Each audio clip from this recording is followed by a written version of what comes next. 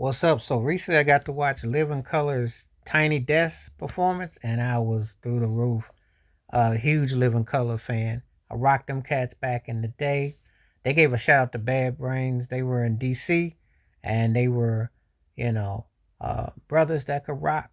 Black Rock Coalition.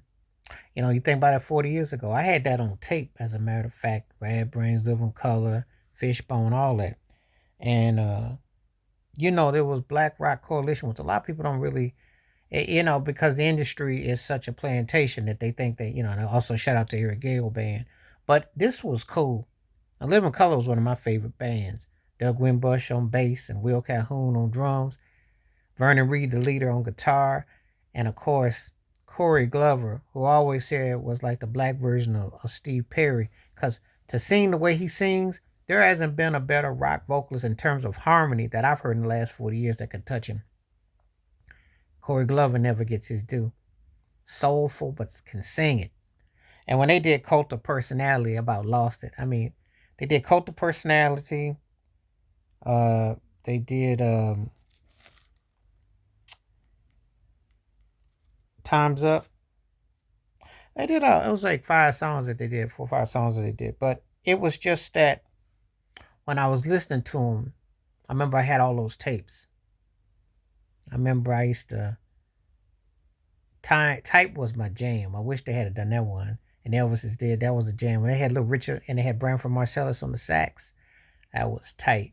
Um, Living Color was they had a hand in because the Stones had them as an opening act. It was back in '89 or something. And I remember when they came up with 88, 88. Because we saw them. I remember we used to watch them on Video Vibrations on BET. And also a shout out to the busboys. It's always good to think about black rockers as far as bands, because that's such a lost support. But Living Color was the truth.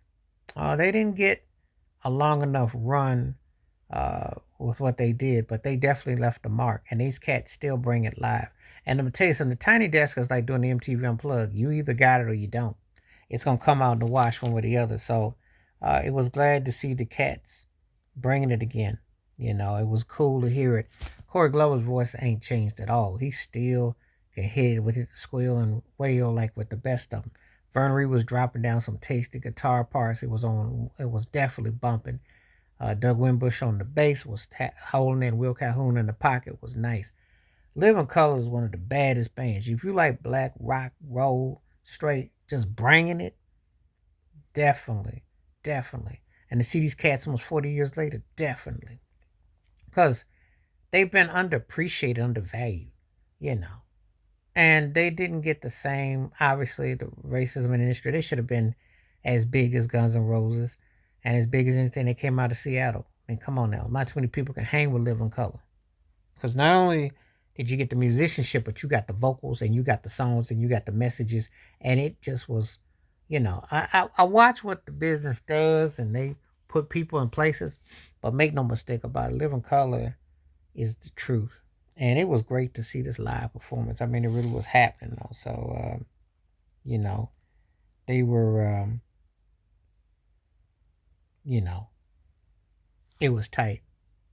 It was tight. Love Reader's Ugly Head. I was just trying to think because, you know, listen to their records, back in the day, and they just put you in a certain frame and vibe, and they just was grooving and rocking, you know.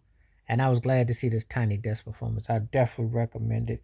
If you're down with Living Color, check them out on the Tiny Desk. This came out. This is a must see, must have. All right, I'm out one time. Peace. The best. Stay safe. Stay blessed. Stay real. Stay true. Stay soulful. Please hit like, subscribe, and also give black rock a chance for real. Because there's many styles of black music that don't get played, and people like Vernon Reid and Corey Glover and Doug Wimbush and Will Calhoun they need to be getting their due. They need their flowers. Living Color is one of the baddest bands that did the thing for real. All right, I'm out. Peace.